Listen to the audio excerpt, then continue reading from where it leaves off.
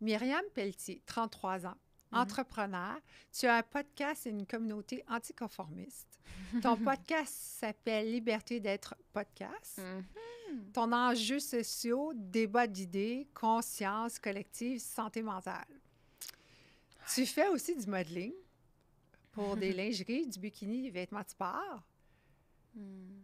Est-ce que tu peux nous dire si tu es un workaholic? Workaholic? Oh my God! Je l'ai été, clairement.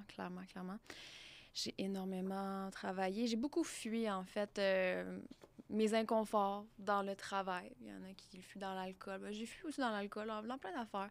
Mais oui, je pense que j'avais comme un peu internalisé le discours de mon père. Mon père est un agriculteur, puis il me disait beaucoup, tu sais, faut travailler plus fort que les autres, puis il faut être vaillant. On m'a beaucoup valorisé avec mes accomplissements quand j'étais plus jeune. Fait que c'est quelque chose que j'ai comme absorbé, que j'ai internalisé, ce qui a fait en sorte que j'avais vraiment besoin de faire des choses puis de me prouver à quelque part aux autres que je valais quelque chose, tu sais, que j'étais capable d'avoir un succès, de faire des affaires. Mais il a fallu que je pogne mon mur en bon français. Ça fait 3 ans de ça pour réaliser que j'étais juste à mon épuisement professionnel. Puis je pense que ça a été inévitable de faire des prises de conscience puis de voir qu'est-ce que j'avais transformé un petit peu au niveau de mes croyances puis de mes comportements parce que clairement, c'était pas la voie qui me rendait heureuse. C'était de uniquement travailler. Je reste que je suis passionnée par ce que je fais. J'ai beaucoup d'idées, de projets, mais maintenant, ma santé mentale, c'est ce qui compte le plus, tu sais. Mais sans la santé mentale, on n'a pas de futur. Là. On s'entend. Si on n'a Totalement. pas de grounding, à un moment donné, on se perd dans nos émotions, on se perd qui qu'on est au centre de nous parce qu'on veut créer une image qui est complètement pas nous. Je pense que c'est Tout à vrai. fait. Là. Je m'étais complètement dénaturée, en fait, à ce moment-là. Tu sais, je pense que j'avais juste perdu de vue qui j'étais, ce que je voulais. Je vivais vraiment à travers le regard des autres, en fait, à ce moment-là. Tu sais, puis c'était bien sûr inconscient. C'est des choses que j'ai réalisées par la suite. Mais c'est ça, ça me drivait toujours à faire des choses qui n'étaient même pas tant alignées avec ce que je voulais pour moi. Tu sais, c'était toujours dans le but de bien paraître, de le prestige que ça va me donner, ou peu importe, tu sais, de plaire à mes parents, de prouver aux autres que j'avais une valeur, finalement. Puis ça, c'est totalement épuisant, parce qu'à un moment donné, ben, t'as juste plus de plaisir, puis tu sais plus qui t'es, tu sais. C'est comme si la vie a comme plus de sens vraiment pour toi, là, tu sais. Tu as quel âge? 33 ans. Tu dis que tu étais élevée avec des agriculteurs sur une ferme, ils sont très occupés. Tu as des frères et sœurs? J'ai une sœur, Elle a une quel sœur âge? plus vieille, elle a 35. Et tu étais sur la ferme. Est-ce qu'il y avait des Ouais. animaux? Oui, mon père, il a une ferme laitière. Fait que, oui, en effet, très, très vaillant. Mon père, écoute, depuis qu'il a 18 ans, que je pense qu'il travaille 7 jours sur 7. T'sais, lui, c'est son mode de vie. Puis c'est ce qu'on nous a éduqué, inculqué comme valeur. Tu sais, moi, la fin de semaine, j'en avais pas vraiment de fin de semaine quand j'étais jeune. J'allais travailler. Tu sais, ça ferme. Quand je dis ça aux gens, ils sont comme, ouais, tu sais, je peux avoir le profil un petit peu princesse. Les gens s'imaginent pas que je tirais des vaches, mais c'était ça que je faisais de mes fins de semaine. Tu sais, très jeune, on m'a appris qu'il fallait que je collabore finalement à l'entreprise familiale, puis que je mette, c'est ça, que je travaille en fait. Est-ce que ta mère était présente? Mes parents ont été séparés, se sont séparés quand j'avais 4-5 ans. Fait que oui, tu sais, en fait, j'avais la garde, mes parents avaient la garde partagée, donc je passais la semaine chez ma mère, la fin de semaine chez mon père. Fait que, oui, ma mère a été super présente, mais tu sais, moi, les fins de semaine, souvent, tu sais, quand t'es à l'école, t'entends tes amis dire que justement, c'est le party la fin de semaine, que c'est congé. Moi, honnêtement, les congés, c'était la semaine. Tu sais, moi, à l'école, c'était congé pour moi versus la fin de semaine. Puis, je veux pas avoir l'air d'être une martyre puis que mon père m'a exploitée, mais reste que, tu sais, très jeune, on m'a inculqué que fallait travailler. Ta mère, est-ce qu'elle travaillait? Oui, mes deux Qu'est-ce parents qu'elle faisait? aussi. Ma mère est comptable, elle travaille dans les chiffres. Alors, très rigide. Un comptable, on sait que c'est pas aller le party. Ça va. Pas qu'on les aime pas, là. C'est pas ce qu'on en a besoin. C'est comme ça qu'on survit. Un bon comptable puis un bon avocat, ça va faire que tu n'as pas de problème dans la vie. Exact.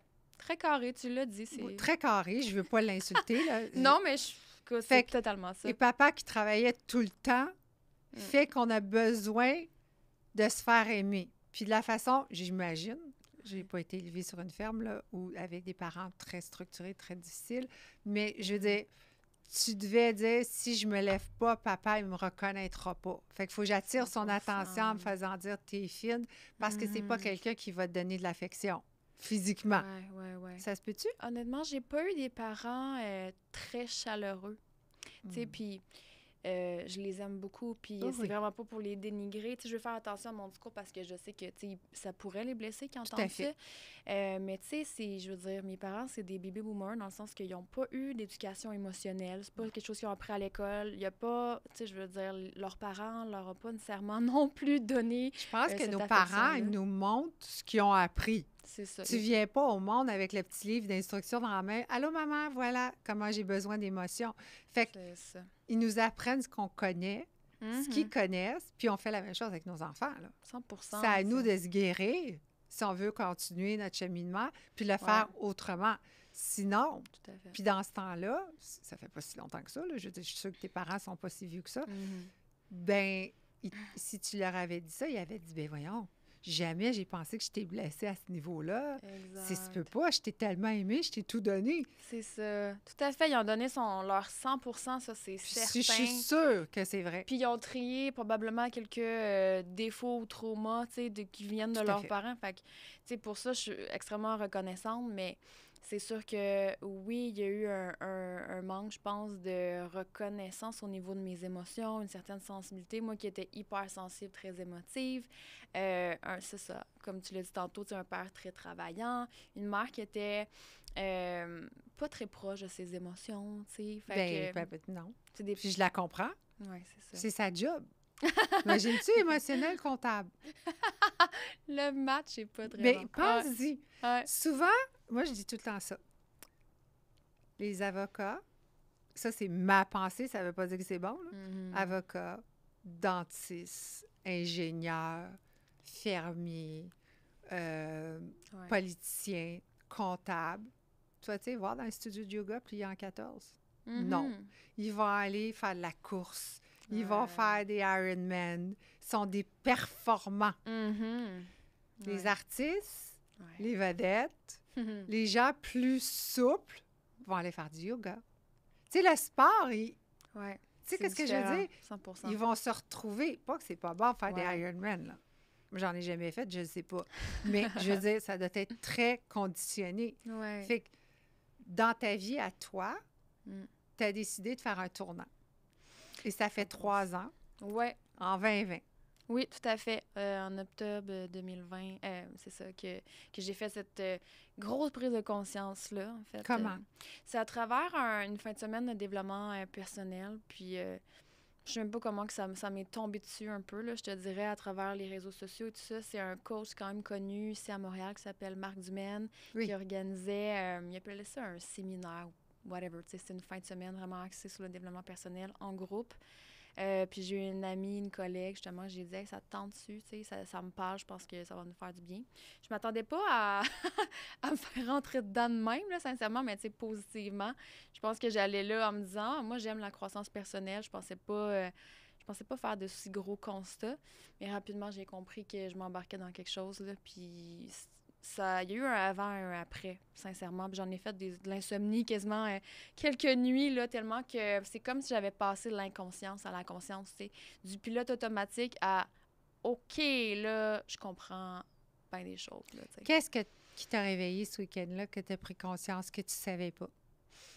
Mais tu le savais sans ça. Tu sais, je veux dire, quand tu le sais, mais tu ne veux pas te le dire. Tout à fait.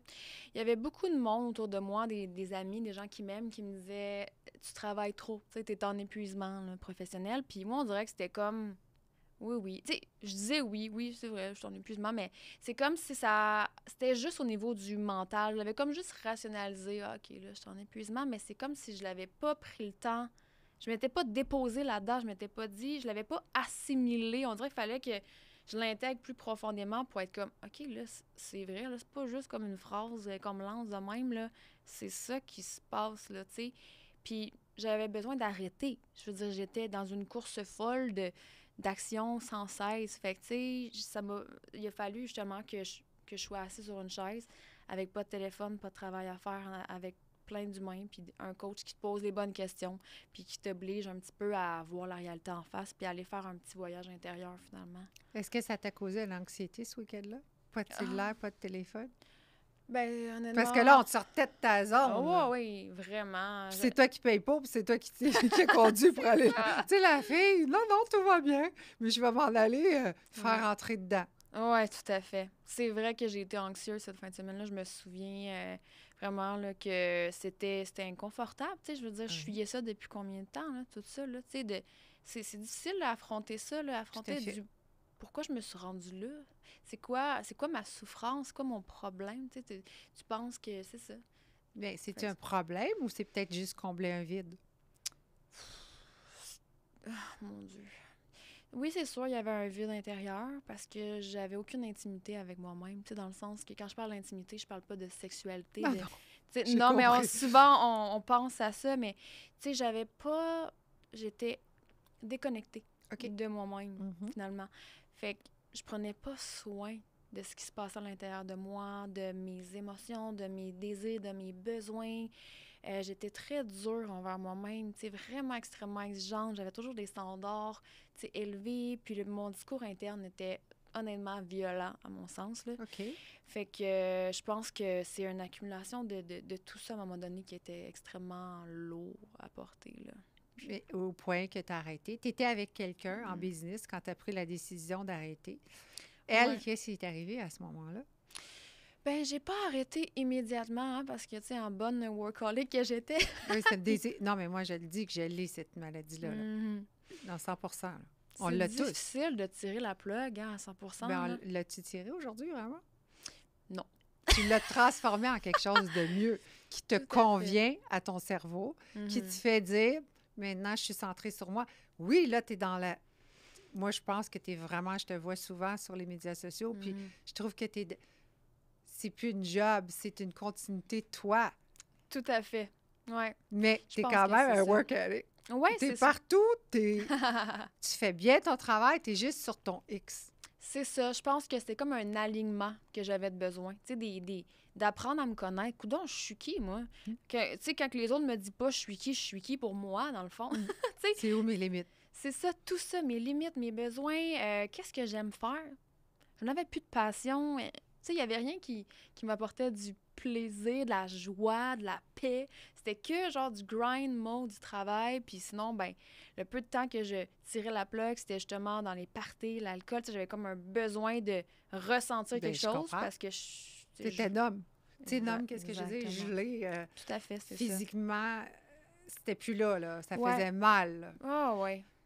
Vraiment. C'est quoi tu faisais quand tu as décidé de tirer la plug? Qu'est-ce que tu étais impliquée avec ta collègue dans quoi? Oui. Ben mon Dieu. J'avais la position de directrice des opérations. Tu sais, fait que c'est sûr que... je travaillais pour Marie-Alie Trottier, en fait, qui est une personnalité quand même connue du web, une influenceuse qui a une entreprise qui s'appelle le Wellness Square, dans lequel elle fait des programmes d'entraînement, plan alimentaire, c'est vraiment dans le domaine du fitness. Fait qu'elle est très rigide, elle aussi. Elle était extrêmement dans la performance, elle aussi, tu sais. Puis c'est drôle parce qu'on a pas mal eu, tu sais, nos prises de conscience. En même temps, je pense que elle a été un peu plus dans la résistance que moi face à ce constat-là, j'ai envie de dire. Fait qu'elle, ça a été plus long. Elle a tiré l'élastique un peu plus longtemps. Mais c'est ça, tu sais, là, j'ai commencé... Tu sais, j'ai pas dit du jour au lendemain que j'étais en épuisement, je peux plus travailler. Tu sais, c'était comme, OK, qu'est-ce que je peux faire pour justement améliorer la situation puis reprendre le dessus sur ma santé? J'ai commencé à déterminer c'est quoi mes limites. Mais tu sais, c'est confrontant, là, parce que quand que la personne est habituée que tu n'en as pas de limites puis qu'elle te demande n'importe quoi, jour et nuit, la fin de semaine, 70 heures, il n'y a pas de problème, que là, je suis comme, ben non, tu sais, le dimanche, mettons, ça va être ma journée. Puis ça a été tranquillement, là, ça n'a pas été du jour au lendemain que... Puis même pour toi, c'est une nouvelle vie.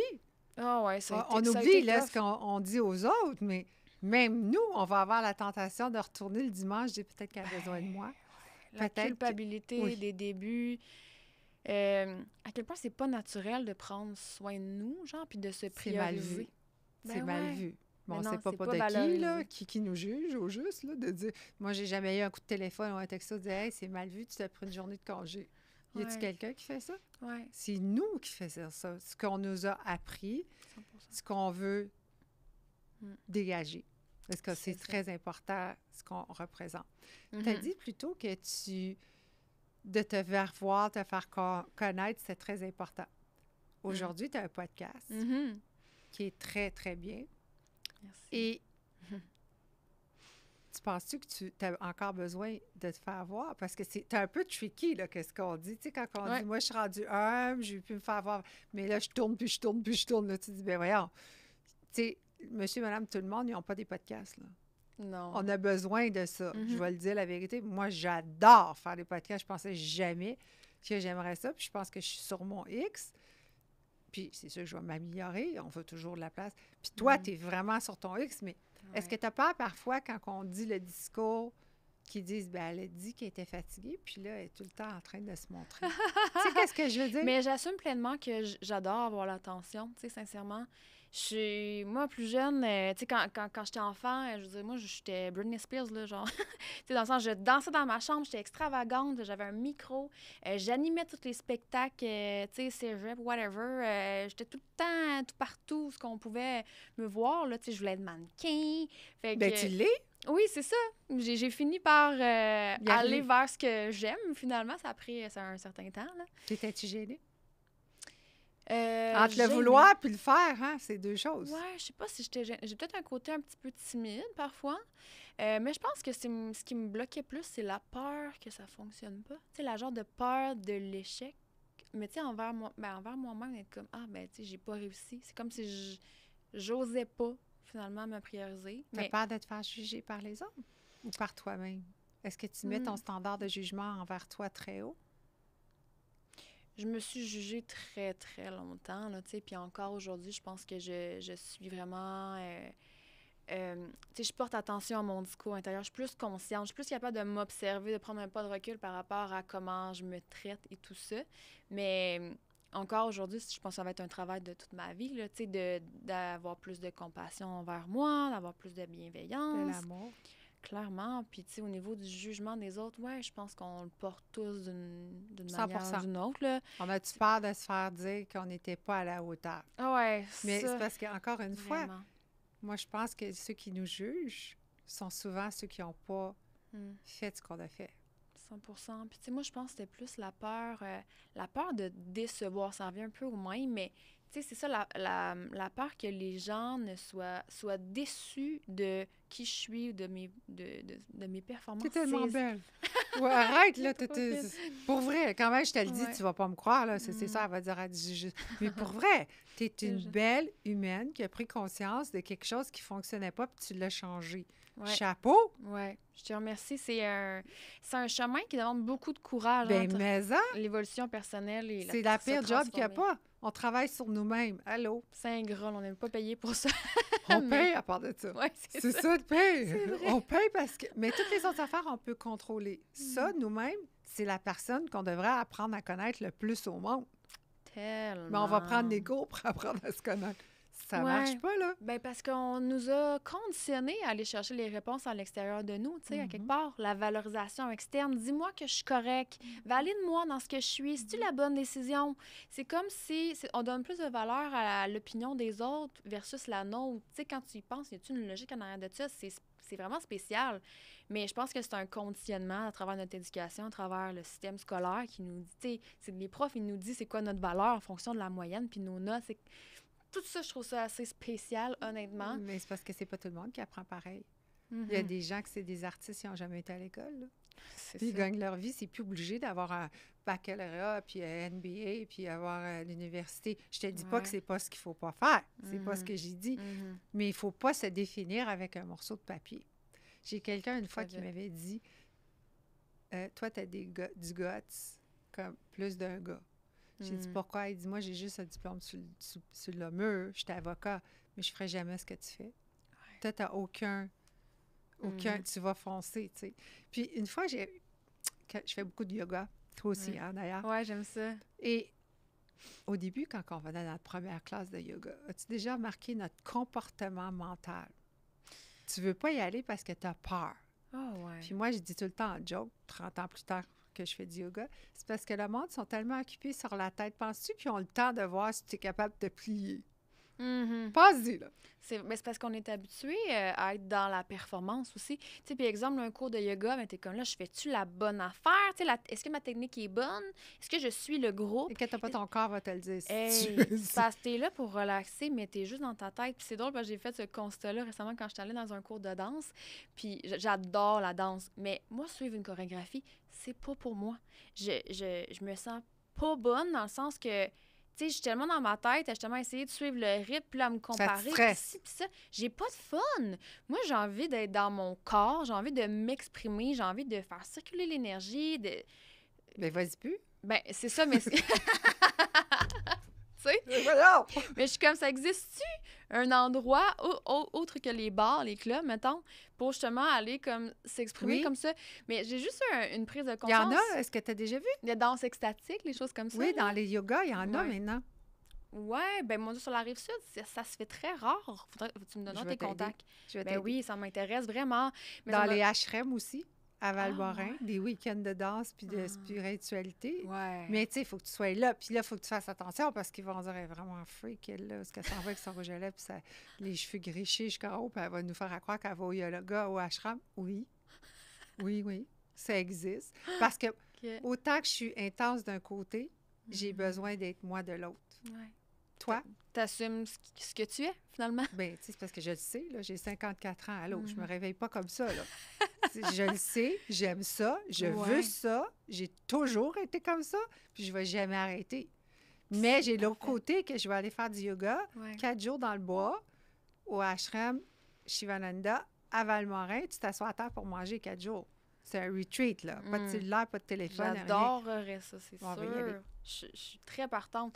Je pense qu'à un moment donné, on prend juste la décision ça ne nous tente plus de fitter dans une boîte nécessairement, tu sais, comme avoir une étiquette, parce que la réalité des choses, c'est que un être humain, c'est multidimensionnel. Ben oui. Fait que, tu sais, on peut-tu se permettre d'être humain? Tu sais, des fois, je trouve qu'on essaie d'être des robots, on se dénature complètement. Tu sais, un humain, c'est chaotique, là. Je veux dire, ça vit plein d'émotions. On ravale nos émotions. Mais oui.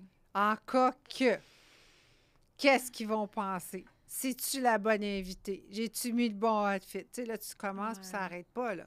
Le jugement de soi-même. Puis là, à un moment donné, ta personnalité, tu sais, il y a des gens que tu vas regarder des fois, puis tu te dis, je suis pas sûre que je l'aime. Puis là, tu t'écoutes, tu te dis, je l'aime assez. Es-tu fine? Es-tu fin? C'est parce que tu as vu la perception. Tu t'es arrêté à ce que tu voyais. Ouais. Puis il faut pas faire ça. Mais je pense aussi qu'il y a des gens, peut-être que tu vas avoir accès plus à la personne réelle, tu sais, c'est-à-dire, ce que je veux dire par là, c'est, moi, je trouve que ça transparaît quand les gens ont fait un cheminement, puis se sont connectés davantage à eux, qui ont peut-être un peu libéré une couple de couches, là. Puis quand je parle de couches, je parle pas de maquillage. Tu comprends ce que je veux dire? Oui. C'est comme le masque social. Tu sais, des fois, je parle à quelqu'un, puis je suis comme, mon Dieu, je suis pas en train... Genre, je suis pas en train de percer sa carapace, là. Je suis en train de parler à un personnage un peu, tu sais. Puis j'ai vraiment beaucoup de compassion, là, au final, pour ces personnes-là, parce que je sais que c'est juste des blessures, puis c'est des conditionnements. Mais moi, le fait d'avoir fait ce cheminement-là, puis de m'en avoir enlevé une couple, là, j'aime ça, rencontrer des gens que je sens que j'ai accès à la vraie personne, à une vulnérabilité, mais à une sinon, authenticité. tu perds ta vie. Bien, c'est difficile de connecter avec quelqu'un qui... Souvent, moi, je ne vais pas passer parce que tout le monde va me dire « Ouf, elle a l'air fait que je l'aime pas, elle. » Ouf, elle se croit. Oui. Oui. Et tant mieux. I am, puis je suis pleine, puis ma coupe est pleine. Tu sais ce que ça veut dire? Puis je suis bien là-dedans. Puis je pense qu'à un moment donné... T'arrêtes de penser, bien, qu'est-ce qu'ils vont penser? Ils me disent non, S'ils me disent oui, regarde, t'es pas obligé là, de m'aimer. Tu ne payes pas mon Hydro-Québec, tu ne payes pas mes paiements d'auto, puis j'ai le droit de faire ce que je veux. Comment est venue l'idée du podcast? C'est suite à mon épuisement professionnel. Puis honnêtement, ça a tellement été un coup de tête, dans le sens que j'avais aucune idée dans quoi je me lançais. Fuck all. Ça, c'est en 2020. Ouais, puis c'est-tu en 2020? Déjà? Non, je pense que ça prend quand même un an. Là. Je parle après mon épuisement. Ça doit faire 2 ans, mon podcast. Ouais. Je suis rendue à une centaine d'épisodes. Félicitations. Merci. Puis, je pense que ça venait juste d'un besoin de m'exprimer. Mais là, tu es assise chez vous, tu es en burn-out, tu ne veux pas retourner travailler, tu as fini ton burn-out, tu es en train de te découvrir. Puis là, tu te dis, moi, je vais aller me partir un podcast. Ouais, puis le burn-out n'était pas vraiment fini, là, sincèrement. Même après 3 ans, je dirais que j'ai encore une certaine fragilité, là. Ouais. Mais ouais, c'était juste vraiment... En fait, je pense que c'est parti du fait que, justement, j'avais souffert, tu sais, puis j'étais comme, coudon, je le sais qu'il y a énormément de gens qui passent par là, mais il n'y en a pas beaucoup qui en parlent, tu sais, puis à ce moment-là, là, maintenant, on en parle beaucoup plus, là, les 2 dernières années, mais quand même, quand moi, je me suis lancée, c'était quand même rare, tu sais, il y avait peut-être Génération Sidechick, c'est quelques podcasts qui abordaient des sujets plus d'enjeux sociaux, santé mentale, mais c'était encore vraiment tabou. Puis je me disais, j'ai vraiment envie d'avoir des discussions vulnérables, tu sais, que les gens viennent d'essayer de connecter justement au-delà du masque avec les personnalités et tout ça, puis de voir quels défis qu'ils ont vécu dans leur vie, finalement. Fait que c'était vraiment un désir, une curiosité, puis un désir d'ouvrir l'espace pour avoir des discussions comme ça, parce que je pense que c'était vraiment nécessaire. Puis c'était aussi ma thérapie, en fait. Pour être bien honnête, là, je dis souvent en joke, j'étais comme moi, ça a été une forme de thérapie parce que j'avais besoin de me valider. J'avais besoin de sentir que j'étais normale de vivre ce que je vivais, tu sais. Je vais te dire un secret. Je suis mariée et mon mari m'a dit, ça a toujours bien été avec mon mari, je suis chanceuse, là.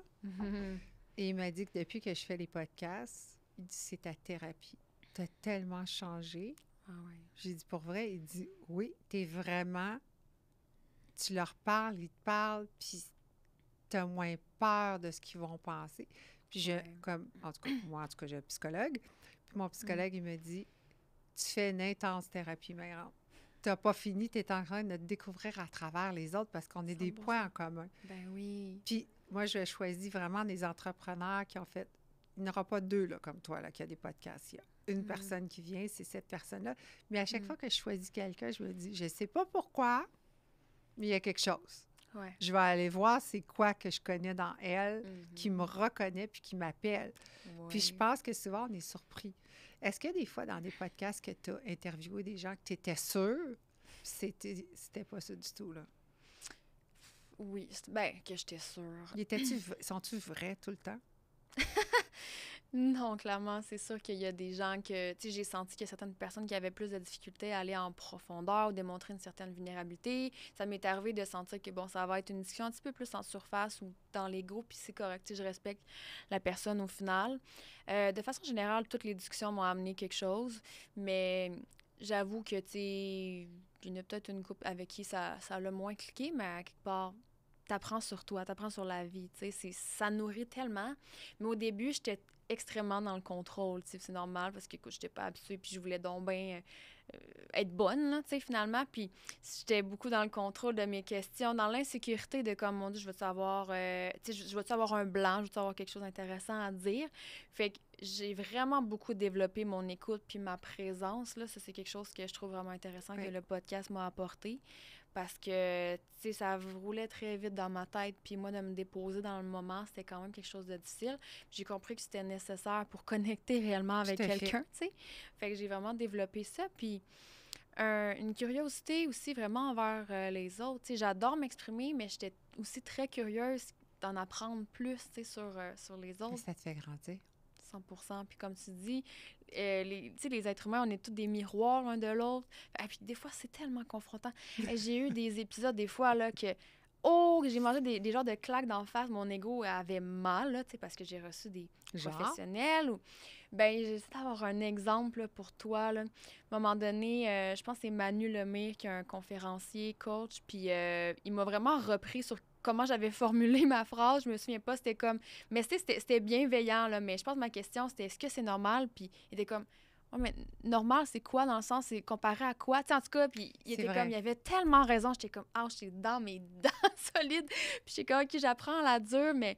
Tu sais, j'ai eu des psychologues, des experts qui venaient me parler de notions, puis quand je me reconnaissais, des fois, j'étais oh my God. Pourquoi j'ai invité lui, là? Ouais, est-ce que c'est toi qui fais toutes les recherches, qui va inviter les gens qui étaient curieuses? 100%. Tout part de moi. Je me fais aider au niveau de la création des extraits et tout ça. Ben, c'est pas ma tasse de thé, là. T'as une équipe? Ben oui, je fais affaire avec une personne qui m'aide à ce niveau-là, mais au niveau des recherches, des sujets, aller chercher les gens et tout ça, c'est vraiment ça part de moi, là. Comment tu trouves tes sujets? Est-ce que tu penses que c'est en même temps que tu évolues, toi? Ah ouais, c'est clair. C'est clair, là, tu sais, j'ose pas trop écouter ma première saison parce que, dans le sens que, c'est sûr Moi, que je t'ai écouté. Ah oui, c'est gentil. Puis des fois, quand je vois des commentaires de gens, justement, qui me découvrent, ils commencent du début, puis je suis comme, hey, commençons un peu plus, un petit peu plus tard. Mais bref, tu sais, je suis ultra fière, pour vrai, de mon cheminement.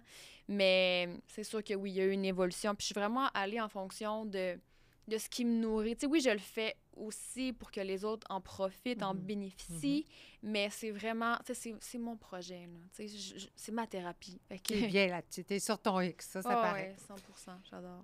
Est-ce que tu as changé envers toi-même si tu parles de l'épisode 0, 1, à maintenant? Est-ce que le succès a changé qui tu es? Eh, mon Dieu, tu parles de succès, puis... Là, tu vas pas me dire que tu n'es pas succès, là. Tu as besoin de médicamentation, là. Apportez-moi une pilule, quelqu'un! Dis quelque chose, là! Non, mais c'est en te taquinant, là, parce que si tu veux pas te l'avouer, là, moi, je vais te le dire. Mais j'apprécie, mais tu sais, quand je parlais que mes standards, tantôt, étaient élevés, il y a un petit travail à faire encore par rapport à reconnaître. Est-ce que tu peux me dire que tu as du succès? Je pense que mon succès... OK, je vais répéter encore. Est-ce que tu peux me dire Tu vois ma résistance? Oui! C'est oui ou non? Je suis très fière de ce projet-là. Est-ce que tu as du succès? J'ai du succès. Bon, bravo! Merci. Tu travailles fort! Ouais. Prends-les! Myriam! Mais en fait, c'est d'apprendre à me reconnaître moi-même, tu sais, parce que c'est ça, peu importe ce que les gens vont pouvoir me dire, je pense que c'est un travail interne qui reste encore à faire, tu sais. Mais tant que tu n'accepteras pas ton succès, tu vas toujours être... Tu n'avanceras plus, là, à un moment donné, là. Ça te nourrira plus. Ouais, parce que c'est comme si tu es tout le temps à la recherche de la coche de plus, tu sais. Puis ça, c'est... Coche de plus, c'était 100 émissions, 100 épisodes, de plus qu'une heure, je pense, une heure et plus. Tu es stable, tu fais toutes tes recherches, tu filmes souvent? Toutes les semaines? Ben, en fait, je fais un peu comme toi, là, des blitz de tournage, justement, pour éviter d'être tout le temps là-dedans. Ouais. J'aime bien donner, c'est ça, faire des blitz de tournage pour après, bon, être capable de me déposer puis prévoir c'est quoi la prochaine saison et tout ça, là. C'est important, je pense. Ouais, parce que, ben, je sais pas, moi, c'est comme ça que j'aime fonctionner. On donne beaucoup, hein, quand on fait un podcast, même si ça paraît pas, on investit dans notre projet. Il y a des gens qui font des podcasts que c'est tout fait pour eux. Félicitations à eux. Moi, je suis genre que j'aime mettre la main à la pâte. On en parlait tantôt hors caméra, puis on me disait, tu fais tout toute seule, comment tu fais? Mais si je ne serais pas impliquée à ce niveau-là, je pense que ça ne serait pas le fun. Ouais, c'est ça. Comme une drogue. J'ai besoin d'apprendre. Tu sais, je t'ai fait une pré-interview. J'ai communiqué avec toi, j'ai parlé, je t'ai demandé c'était quoi, comment. J'ai appris à te connaître. Je trouve que c'est tellement important parce qu'on rentre dans l'intimité de l'autre. On travaille, on s'en vient voir l'autre dans ce qu'il a bâti. Tu sais, il faut que tu fasses attention, là. 100%. Puis je pense que, tu sais, ce que tu dis, c'est que le projet doit avoir du sens pour toi. Fait que, tu sais, de comme arriver et dire, ah, ben là, tu vas interviewer telle personne, mais dans le fond, toi, tu n'as pas d'intérêt ou tu ne raisonnes pas. Tu sais, à quoi bon, là? Tu sais, je pense qu'il faut que ça vienne chercher quelque chose à l'intérieur de nous. C'est notre intuition, tu sais, qui nous amène justement à aller chercher des gens et tout ça. Moi, c'est vraiment comme ça que j'ai fonctionné. Tu sais, ça n'a pas été des choix très rationnels. Le peu de fois j'ai fait des choix rationnels, c'était vraiment dans l'optique de me dire, ah, tu sais, telle personne va peut-être m'amener une audience ou de quoi. Puis sincèrement, c'est pas une bonne façon de faire. Vraiment pas. Non, ces fois-là, j'ai toujours été un peu déçue. Fait que je me suis dit, tu sais, il faut que j'arrête de me dénaturer puis prendre des décisions dans cet angle-là. C'est pas Est-ce que tu prends des gens seulement très connus? Au début, surtout, je te dirais, parce que justement, tu sais, j'étais plus dans une mentalité de hey, je veux faire ma place, puis encore une fois, je veux me prouver. C'était comme, j'avais pas guéri ce côté-là de moi. Tu sais, je voulais vraiment que les autres reconnaissent finalement ce que je fais. Puis de fil en aiguille, à un moment donné, j'ai juste lâché prise à ce niveau-là parce que je me suis rendu compte que c'est pas ce qui me nourrissait profondément. Fait que j'ai juste arrêté de regarder l'audience, puis ça. Puis j'en invite encore des influenceurs parce que je suis quand même dans ce milieu-là. Là, je travaille beaucoup pour des influenceurs. Puis on va se le dire, tu sais, c'est vrai que ça amène des views, tu sais, puis une audience. Puis oui, on recherche ça, tu sais, dans le sens qu'on a envie d'avoir un impact, tu sais, à quelque part.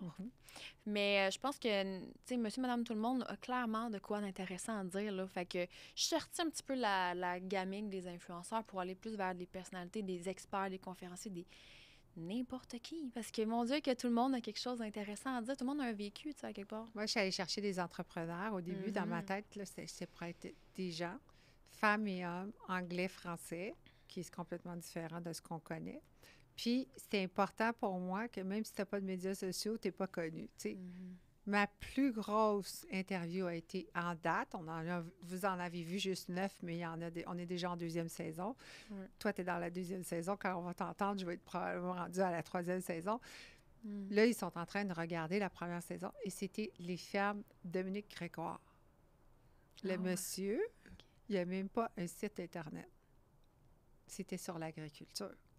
Sérieux? Wow. Lui, là, il est devenu tellement gros, viral sur YouTube, partout. Puis on s'est dit, hein? T'aurais pas cru, c'est... Non. Puis j'étais tellement passionnée par ce qu'il me racontait parce que j'essayais de m'imaginer dans le tracteur tout le long de l'interview. Puis je me dis, il faut que j'aille voir ça. Puis on le voit, là, il était vraiment impliqué dans la description de son travail, puis comment ça fonctionne. Puis il m'en a beaucoup appris. Est-ce que parfois, tes invités t'apprennent des choses? Mon Dieu, clairement, c'est sûr. J'ai besoin de ça, là, tu sais, à quelque part, faut que tu m'amènes ailleurs de ce que je connais déjà, là, tu sais, idéalement, là, dans ça, je pense que c'est comme ça qu'on évolue. Moi, j'ai un besoin d'être stimulée, tu sais, ça me nourrit, là. Je suis curieuse, j'ai besoin d'apprendre. Fait que je vais chercher des gens qui, j'ai l'impression, justement, qui vont m'amener une couche de plus au niveau de ma compréhension dans qui je suis, ou d'une compréhension de la vie, ou de la psychologie, ou de la croissance personnelle, tu sais, vraiment, là. Est-ce que tu crois à l'hypnose? Ben, j'y crois, mais je peux pas dire que j'ai eu beaucoup d'expérience. Tu sais, peut-être 1 ou 2 fois. L'auto-hypnose? J'ai jamais fait. Ça va super. Tu vas sur YouTube. Ah, OK. T'écoutes, tu choisis anxiété, n'importe un sommeil ou n'importe... Et tu l'écoutes. Ça fait vraiment que tu dormes ou tu dormes pas, que tu l'écoutes ou tu l'écoutes pas, ça travaille sur ton subconscient. Ah, OK, fait que tu lâches prise, même si tu veux pas. Très intéressant. Tu m'enverras les liens. Moi, je suis ultra Tu regarderas ouverte. ça, là, je te jure, ça change. Ça change comment tu es. Puis la confidence de dire, je suis comme toi, je t'ai demandé, puis là, je vais te le redemander, est-ce que le succès a changé ta vie? Tu as changé la personnalité? Ton succès, est-ce que tu le reconnais que tu as un succès aujourd'hui? Bien, comme on a vu tantôt, clairement, c'est difficile pour moi de reconnaître ce succès-là. C'est quelque chose que je travaille. Mais je suis dans une grande fierté de ce que j'ai... Bravo. De ce que j'ai fait, en fait, ben de ce projet-là. Puis je pense que c'est au-delà des écoutes, c'est au-delà des chiffres, de « Ah, es-tu écouté? T'es-tu dans le palmarès? C'est vraiment plus de « Hey, je me suis écoutée. J'ai foncé, j'ai persévéré, parce qu'on va se le dire, là, tu sais, si tu te mets à comparer, ça se peut que tu te décourages, là, tu sais. Fait que je suis très fière de ça, de ne pas m'avoir dénaturée, d'avoir eu la sagesse aussi, des fois, de prendre un petit pas de recul par rapport à certains choix que j'ai fait à travers mon podcast, puis de me dire, OK, non, je vais faire des ajustements, tu sais, puis je vais reconnecter à mon why, parce qu'il y a eu un petit moment où je suis comme tombée un petit peu dans la comparaison, justement, des autres podcasts qui sont, tu sais, mainstream et tout, puis là, j'étais comme, bon, pour que ça fonctionne, je dois faire des clickbait, puis tu sais, genre vraiment faire des trucs de même, puis je suis comme... J'ai fait ça un moment, j'ai fait ça peut-être une couple d'épisodes, puis honnêtement, je me sentais pas bien. J'étais comme... C'est pas moi, c'est pas ça. Je fais pas un podcast juste pour avoir des vues, puis que dans le fond, c'est du contenu vide, puis que la personne, elle la ressort, puis elle a pas été nourrie, tu sais, elle a pas comme appris de quoi de nouveau. Fait que il a fallu que je prenne un petit pas de recul à un moment donné pour réaliser que, OK, je me suis fait prendre un peu là, dans mon propre jeu à vouloir plaire, à vouloir les likes, puis les commentaires, puis ci, puis ça, être reconnu, tu sais, finalement. Puis là, j'ai fait des ajustements. Puis ça fait en sorte... En fait, mes vues n'ont pas tant baissé au final, là, parce que j'ai quand même une belle constance, là. Mais c'est ça, je pense que à la fin de la journée, je pense qu'il faut... Peu importe notre métier, en tant qu'entrepreneur, il faut qu'on ait une passion. Je vais te poser je vais te donner 3 mots. Tu les mets dans l'ordre que tu veux, dans ton ordre à toi. Passion, succès, argent. Lequel vient avant? Ben, passion, je pense que c'est le mot qui me parle le plus. Je dirais argent même avant succès. Pour vrai? Ouais, c'est bizarre, hein? Je sais pas, j'ai peut-être un peu un choc post-traumatique là, par rapport au mot succès. Je trouve que la définition du succès dans notre société ne me rejoint pas tant. Parce que, puis c'est peut-être moi qui le vois mal, là, mais je suis à la recherche d'une définition plus saine pour moi au niveau du succès. Parce que quand que je pense au mot succès, on dirait qu'automatiquement, moi, c'est comme, bon, justement, le statut social, tu sais, la réussite de comment, est-ce que tu as beaucoup de vues sur ton podcast, tu sais, les chiffres, les statistiques, ces affaires-là, le salaire, whatever. Puis je suis comme, est-ce que c'est vraiment ça pour moi, le succès? Je pense pas, parce que j'ai tellement vu de gens avoir du succès là, selon les standards de la société, puis être extrêmement malheureux, tu sais, être vraiment pas en paix avec eux-mêmes. Puis sincèrement, je n'envie pas ces personnes-là. Tu sais, je pense que ce qui est le plus cher pour moi, c'est la paix intérieure que je suis en train de développer, de l'amour propre aussi que je suis en train de développer. Ça, pour moi, ça a une énorme valeur. Puis, il n'y a pas aucun chèque de paye ou succès, de code d'écoute ou whatever qui va venir combler ce vide-là, tu sais. Fait que je pense que je suis juste en train de retourner à la base pour solidifier vraiment c'est ça, ma base pour être en mesure de peut-être éventuellement avoir du succès. Mais je cours plus après ça. J'ai comme envie d'établir c'est ça, ma propre définition du succès, finalement, puis de pas courir dans la définition qui est comme socialement dite, là, si je peux dire. Est-ce que tu penses qu'un jour, tu te vois à l'international, ton podcast, on n'a plus besoin de se promener, là, je veux dire. Tu te vois-tu, es-tu capable, à courte échelle, te voir que ça va être énorme? Oui. Je sais pas si j'aspire vraiment à l'international. Ben, tu l'es, en passant, parce qu'on peut t'écouter en Afrique. Oui, c'est vrai, c'est vrai. C'est vrai, il y a quelques personnes en Europe. Ça. Non, c'est vrai qu'il n'y a plus de frontières maintenant. Moi, je dis à chaque fois qu'on fait un podcast, je suis internationale parce que le podcast, il va partout dans le monde, puis tu même sous-titré. Ton Instagram, ton TikTok va le sous-titrer pour toi. Tu n'as même plus besoin de le faire. C'est vrai. Hein. Fait que je dis tout le temps, c'est de voir grand fait que tu te vois grand. Mais je pense que en ce moment, en tout cas, je vois grand, mais peut-être moins au niveau succès professionnel. Puis c'est pas parce que je manque d'ambition, au contraire, j'adore ça. Tu sais, je suis très créative, j'aime développer des projets. Mais on dirait que mon ambition en ce moment, c'est plus par rapport à mon bonheur, par rapport à mon épanouissement, par rapport à la qualité de mes relations, la qualité de ma relation avec moi, développer une intimité avec les autres.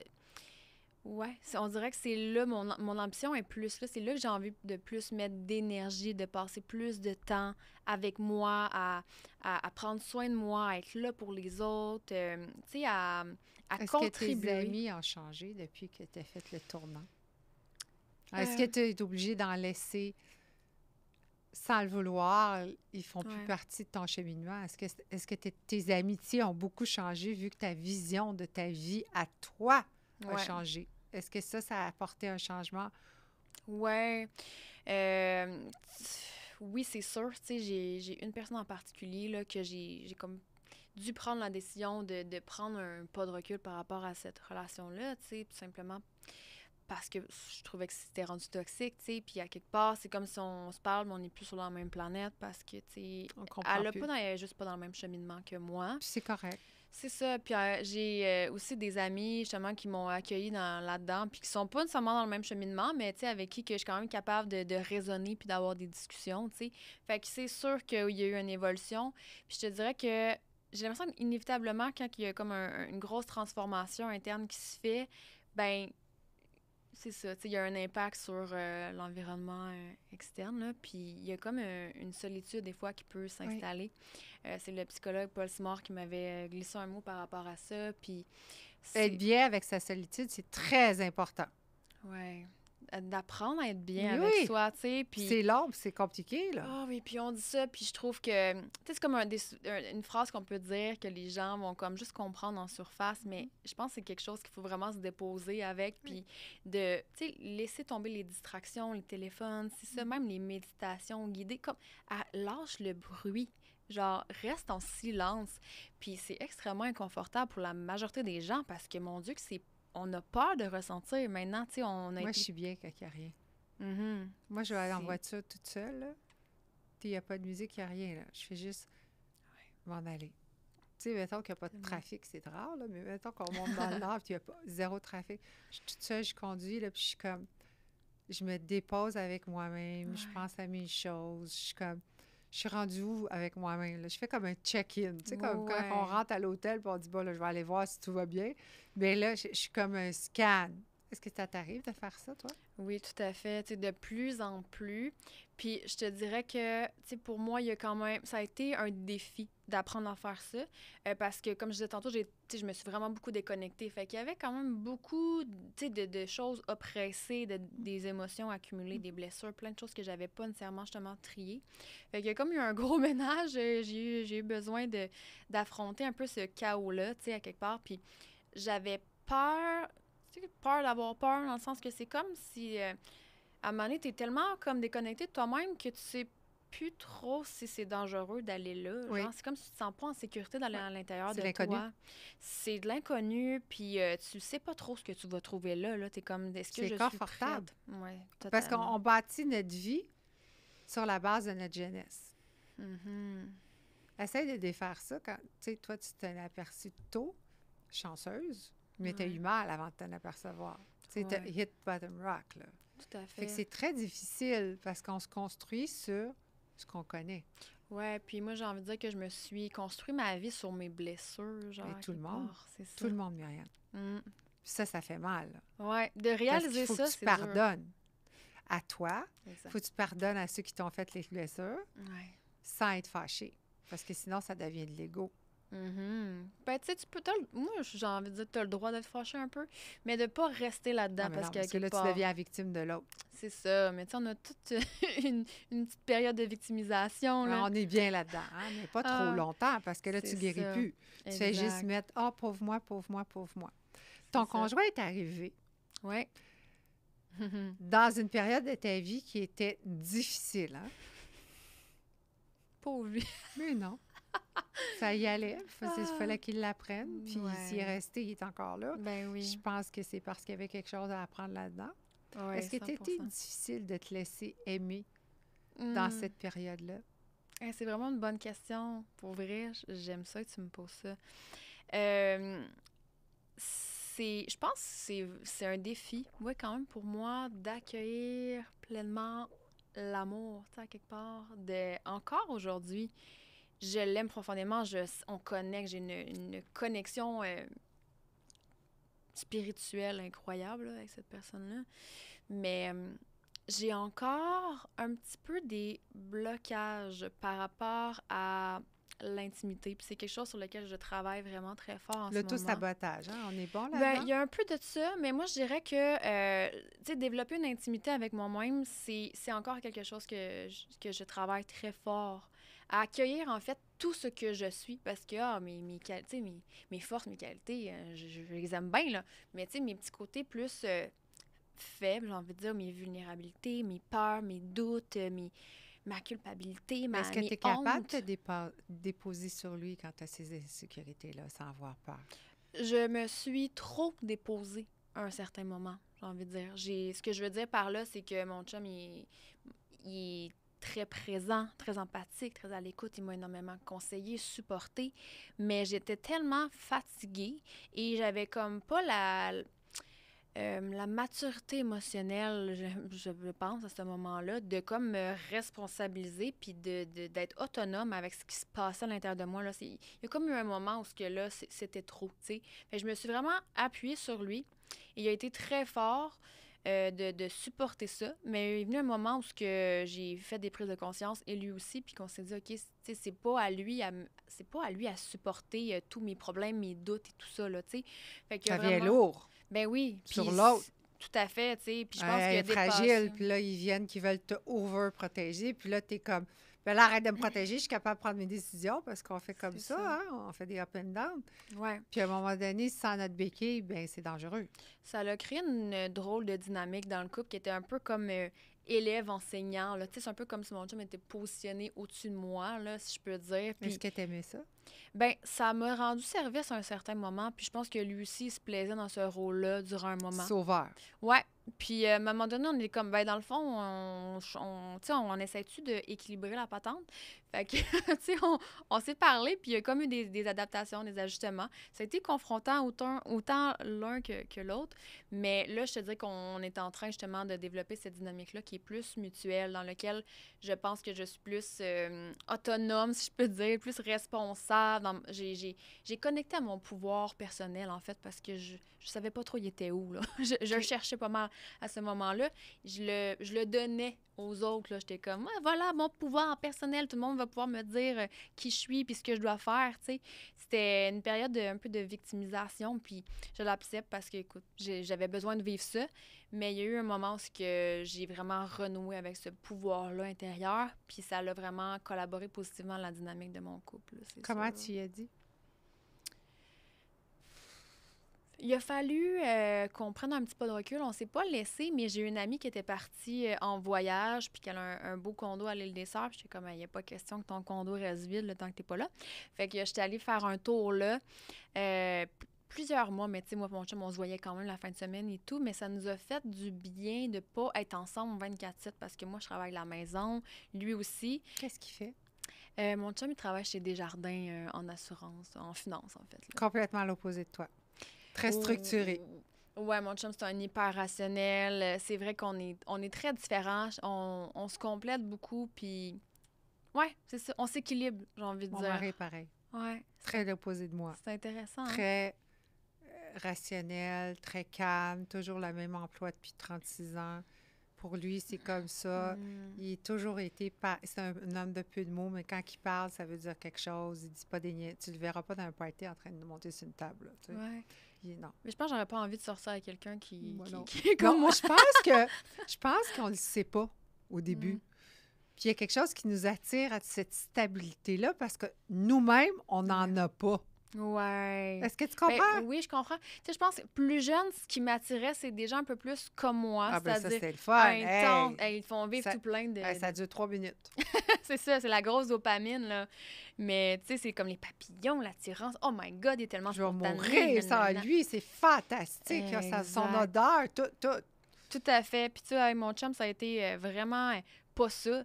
C'est-à-dire qu'il a fallu qu'on s'apprivoise. Ça n'a pas été un coup de foudre. C'était comme, justement, là, je me disais, je suis pas sûre, tu sais, dans le sens qu'il sortait tellement de mon style habituel. On dirait que je m'écoute. Ah ouais, je suis pas certaine. Je suis vraiment, tu sais, Moi, j'ai demandé à ma soeur. J'ai dit, c'est parce que... Elle dit, tout se change, ma fille. À ton âge, j'étais plus âgée, elle dit, quand un homme te demande en mariage, après 61 jours, c'est par choix. Ce n'est pas pour obligation pour te faire une hypothèque puis 3 bébés. C'est parce qu'il t'aime. Ouais. Puis là, j'ai dit, OK. J'étais là, je la regardais, j'ai dit, c'est parce qu'on n'a rien en commun, là. Rien. Puis on s'est comme valsé. Ouais. Il connaît sa Mia, je connais mon Eric. Puis je Mhm. passerai pas les limites, puis il passe pas les miens. Ouais. C'est comme... C'est le fun. On développe une certaine dynamique. Puis maintenant, c'est si ça. tu me présenterais un homme que je connaissais auparavant, tu sais, que mon to-go, là, celui Ouais. que je t'ai dit qu'on a chaud, puis on se pitche ses murs, puis on Ouais. pense que, ah oui, tout va bien. Je suis rendue au point que je les regarde, puis je suis comme, oh, arc. Jamais, on n'a rien en commun, mais avant, c'est tout ce que je voyais. Ouais, Tu ouais, comprends ce que je veux comprends. dire? Ouais. Puis c'est ça que tu as trouvé. Oh, oui, 100%. Puis, mon Dieu, j'ai douté longtemps. Moi, j'avais la peur un peu ben, un peu beaucoup. La peur de l'engagement. Pourquoi? Oh, Parce mon que Dieu. toi, tu t'engages tellement avec tout le monde. Ouais, moi, je pense que j'avais la peur de l'engagement parce que la liberté, ça a toujours été ma valeur principale et je ne me sentais pas libre à ce moment-là. parce que je me donnais pas la permission de l'être, tout simplement, dans le sens que je me donnais pas la permission d'être moi-même pleinement. Pour moi, c'est ça la signification, là, tu sais, de Qu'est-ce la que tu veux dire? liberté. Explique-moi. Ben, ce que je veux dire, c'est que, tu sais, j'ai tout le temps un peu carburé à la liberté. Puis, tu sais, quand on pense à la liberté, on est comme, ah, ben, c'est que, je sais pas, des gens qui ont une abondance financière, qui font beaucoup de voyages, non, non, non. Mais pour moi, j'ai réalisé que me sentir libre intérieurement, c'était justement de me permettre d'être pleinement moi-même, tu sais, d'arrêter de refouler certaines parties de moi, d'arrêter de me mettre des bâtons dans les roues constamment, tu sais. Fait que j'ai travaillé justement à l'incarner davantage, cette liberté d'être-là. Le titre de mon podcast qui est tellement puissant et significatif pour moi, c'est de justement se permettre d'être pleinement qui nous sommes, dans toute notre unicité. Puis c'est comme si je voyais la relation amoureuse comme étant une personne qui a comme un pouvoir sur moi puis qui peut m'empêcher de faire des choses. C'était comme ma plus Il faut que grande tu arrives peur. à 5 heures, il faut que tu fasses les patates pilées, il faut que tu ailles chez sa mère le dimanche. Toi, tu voulais pas ça. Oh mon Dieu, ça me faisait peur. Moi non plus. Tu vois, on a plein de choses en commun. Ouais, C'est ouais. juste que ça paraît pas. Oui. Qu'est-ce que cette relation-là d'aujourd'hui, comment il s'appelle? Jonathan. Le nom à mon fils. Ah ouais. Qu'est-ce que Jonathan t'a appris sur toi? Mon Dieu. Tellement de choses, sincèrement. Là. La plus grande.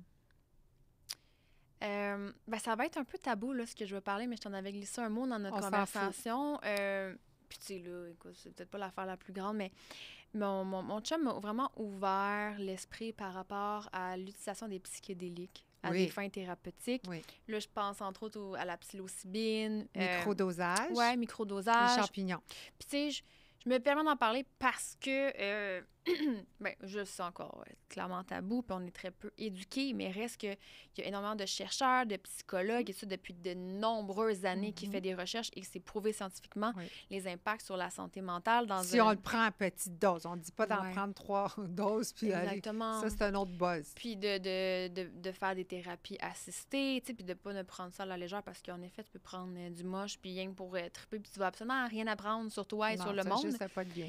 Mais moi, c'est vraiment dans une intention de faire, de me connecter encore peut-être plus en profondeur avec moi-même. Puis ça, j'étais vraiment dans le jugement au départ, là. Tu sais, moi, tu me parlais de drogue, tu sais, je les mettais toutes dans le même panier, puis ça n'aurait jamais pu être un outil pour moi. Puis lui, t'a montré ça? Oui, parce que c'est un passionné, honnêtement, de ça et de plein d'autres affaires. Est-ce que tu avais pensé que ce personnage-là était pour te montrer? Personnage, quand je dis ça, c'est un beau personnage, ton personnage, ton amoureux. Cette personne, parce que tu choisissais d'autres genres d'hommes avant. Tu comprends que je veux dire? Oui. Cet homme-là, est-ce que tu pensais, structuré comme il est et tout ça, tu dirais, hey, moi, je suis passionnée du microdosage. Est-ce que tu t'attendais à ça? Je le savais que cette personne-là allait vraiment m'amener quelque chose. Je le savais, puis je pense que c'est pour ça que j'ai eu peur aussi dès le début. Je savais qu'il allait amener de grands changements dans ma vie. Comment t'as fait pour savoir? Où tu l'as rencontré? C'était vraiment une intuition, puis c'était sur Facebook Rencontre parce que c'était en pleine pandémie, tu sais. Puis, tu sais, moi, mon profil, quand j'ai fait un petit peu d'auto-sabotage, c'était comme les gars de construction, les tatous, tu sais, les hommes qui ont les mains sales, là, finalement.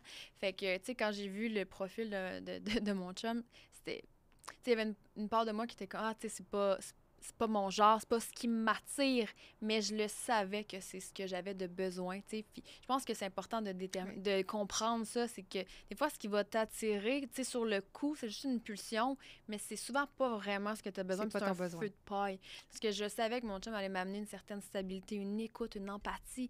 Il est extrêmement intelligent, il me stimule, c'est un homme très curieux qui sait tellement d'affaires.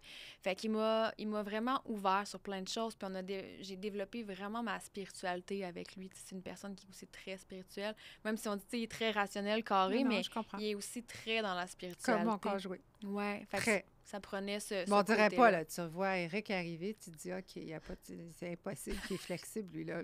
Puis lui, il va en yoga, puis le croc, puis tout ce que tu veux, puis le scorpion, il le fait sur ses avant-bras, puis moi, je suis comme, OK. Nice. Tu sais, vraiment, là, il a ouvert à ça, puis il l'était pas du tout, là. C'était un homme très rigide avant. Mais il a évolué tellement ensemble. Puis je pense qu'en couple, si on évolue ensemble, puis on se donne la main, puis il n'y a rien qui peut nous arrêter, là. Ouais. Quand tu lui as annoncé que tu sortais ton podcast, qu'est-ce qu'il t'a dit? Ben c'est sûr que, tu sais, il m'encourage clairement dans ce projet-là. Il voit que ça me passionne puis que ça me nourrit. Puis, tu sais, il m'en parle pas tant, mais je l'entends des fois. Il parle aux autres. Exactement. Il parle de moi aux autres. Je suis comme, il est T'as-tu cute. écouté le podcast? Tu veux écouter un bon podcast, tu vas là. Ouais, il me fait de la pub, là. Mais tu sais, il m'en parle pas Non. tant à moi, mais je l'entends aux autres. Puis, tu sais, je pense que c'est le premier à me lever des red flags un peu parce que justement, il me connaît. Puis c'est comme s'il voit avant moi un peu certains patterns que j'ai. Puis tu sais, il fait ça pour me protéger. Ouais. Mais tu sais, par rapport au podcast, il voyait un peu quand je m'enlignais dans le chemin de la comparaison puis de me dénaturer un peu. Tu sais, fait que là, il est comme, hey, tu sais, il me lève des petits red flags. Est-ce que des ça fois. te fâchait? Ah, mon ego, des fois, c'est sûr que c'était dur, là, parce que tu sais, tu me dis quelque chose que j'ai même pas encore réalisé, mais il y a pas mal tout le temps raison, tu sais. Puis je le sais que ses intentions sont bonnes. Fait que Oui. Il ne c'est ferait pas ça pour te faire. Voyons. c'est ça pour me blesser, Ah, tu là où sais. je vais aller la blesser. Exact. Fait que je sens la bienveillance, puis je m'ouvre à ses commentaires parce que c'est vrai, tu sais. Décris-nous un peu le microdosage. Comment ça Ouais. fonctionne? Ben, microdosage, en fait, de psilocybine, entre autres, moi, je collabore avec Microdose Québec. Parce que ça arrive justement, il y a des produits différents en fonction de ce que tu recherches, mais de façon générale, c'est un dixième de dose. Fait que c'est très, très minime comme dose, donc ce n'est pas dans l'optique de sentir un effet instantané de buzz ou tu sais, d'hallucination, là, pas du tout. Tu sais, la majorité des gens ne ressentent pas l'effet sur le moment. C'est vraiment sur du long terme que ça peut amener des bienfaits au niveau de la concentration, la créativité, la stabilisation de l'humeur, dépression et tout ça. Fait que c'est vraiment intéressant. Puis moi, ce que j'aime particulièrement des psychédéliques, c'est vraiment l'aspect que je trouve que ça te ferme ton pilote automatique. Tu sais, tout ce que tu fais un peu sans vraiment t'en rendre compte, là, si tu te fais manger, même des fois on conduit puis on est sur le pilote automatique, tu sais. Fait que ça ferme ton pilote automatique de développer d'autres chemins neuronaux dans des idées que tu n'as pas d'habitude. Puis je trouve que c'est intéressant parce que là, tu as des idées de projet, puis la j'adore ça, ce que ça m'apporte à ce Est-ce que niveau.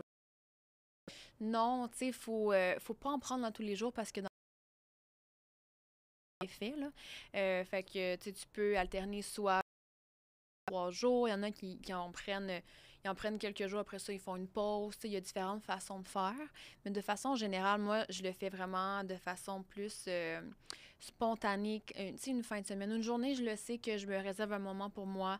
Je m'en vais en nature. C'est comme un peu un rituel. C'est comme ça que je le fais pour me connecter à moi puis faire l'introspection. Est-ce que tu as peur? La première fois, as-tu eu peur? Mon Dieu. Ouais, c'est sûr, la perte de contrôle. J'ai eu, en fait, parce que, tu sais, j'ai pas juste fait du microdose, là, j'ai fait aussi des vraies doses dans une intention de développement personnel, là, tu sais, finalement, de thérapie assistée, mais avec mon chum dans un espace sécuritaire, là, tu sais, je tiens à dire que c'est important de se renseigner puis pas prendre ça à la légère, là, parce que, tu sais, ça reste que c'est quand même, t'as des effets Est-ce que c'est livré chez toi? Oui. Ça, c'est des questions que mon chum pourrait plus te répondre, c'est lui qui s'occupe de ça, mais oui, tu sais, maintenant, écoute, on a accès à ça sur Internet. Il faut juste faire attention à ce qu'on achète puis bien être guidé. On commence pas à prendre... Exactement. Puis, combien de temps ça dure, la dose? Ben là, tu vois, une microdose, je pense que c'est comme un genre de 4 à 6 heures, quelque chose comme ça, là. Puis c'est correct après. Ouais.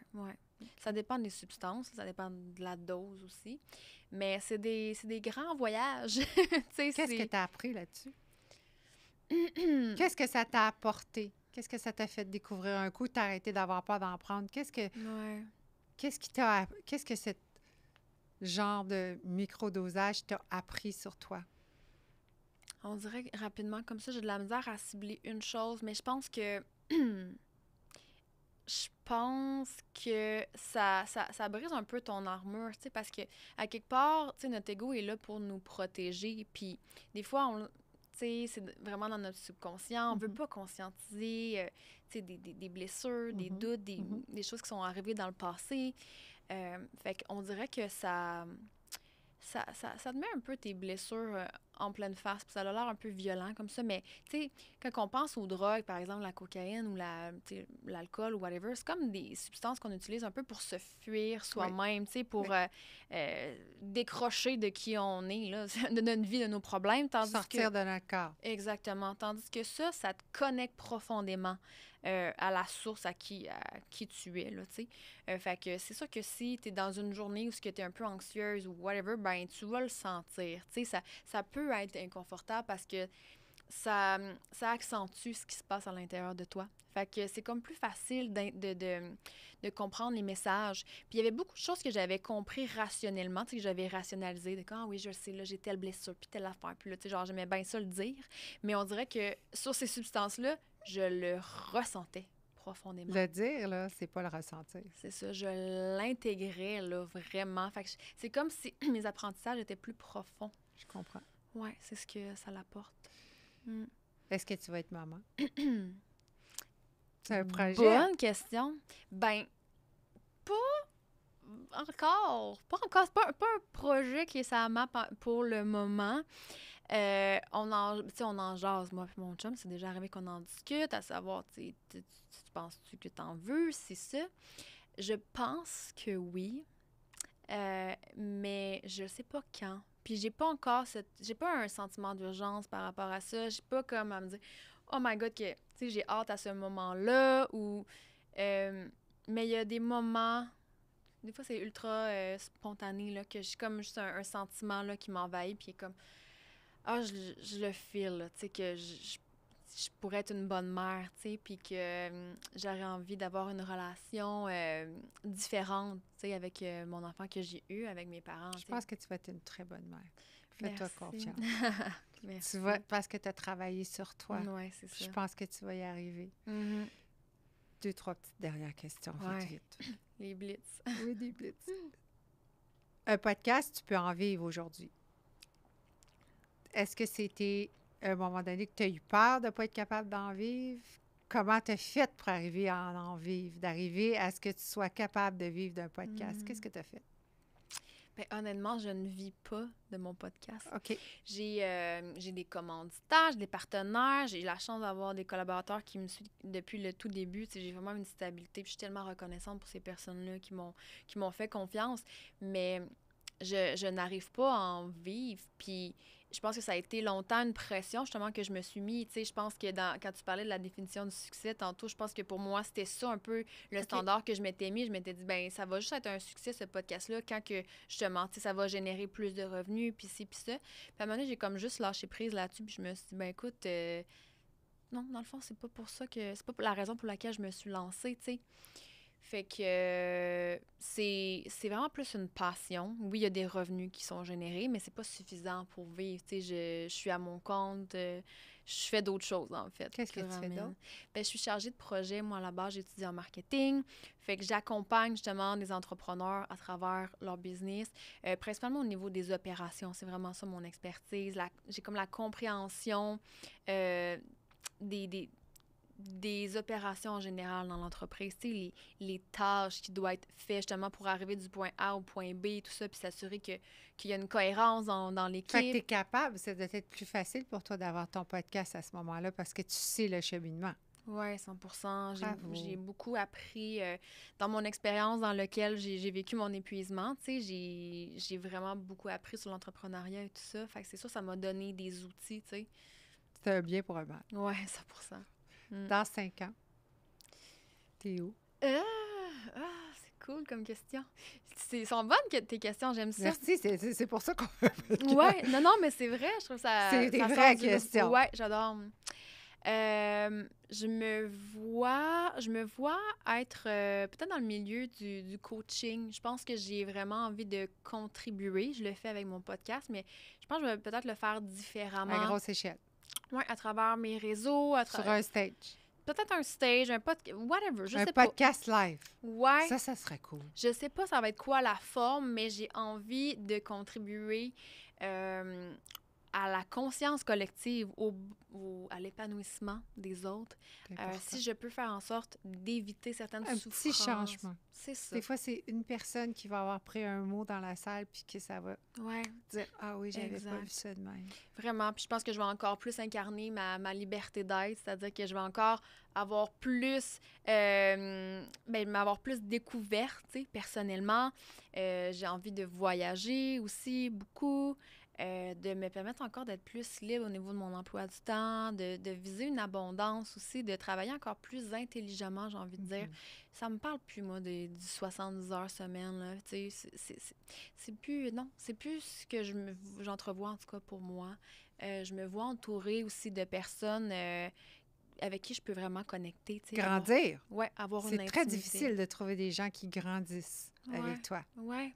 Puis d'avoir une intimité aussi avec les autres, tu sais, je pense que c'est pas si simple, en fait. Non. Parce que ça demande d'être intime avec soi. D'être vrai avec toi-même. C'est Si ça. les autres t'aiment, ils t'aiment, pas jouer une game, là. C'est ça. Puis tu sais, on est beaucoup déconnectés, puis il y a tellement de distractions, puis mon Dieu, on a tellement de charge mentale. Tu sais, tout ça fait en sorte que des fois, tu parles avec des gens, puis c'est comme... m'écoute pas pantoute, là. Tu sais, genre, il y a rien qui se passe, là. C'est comme... bla, bla, bla. Ouais, c'est ça.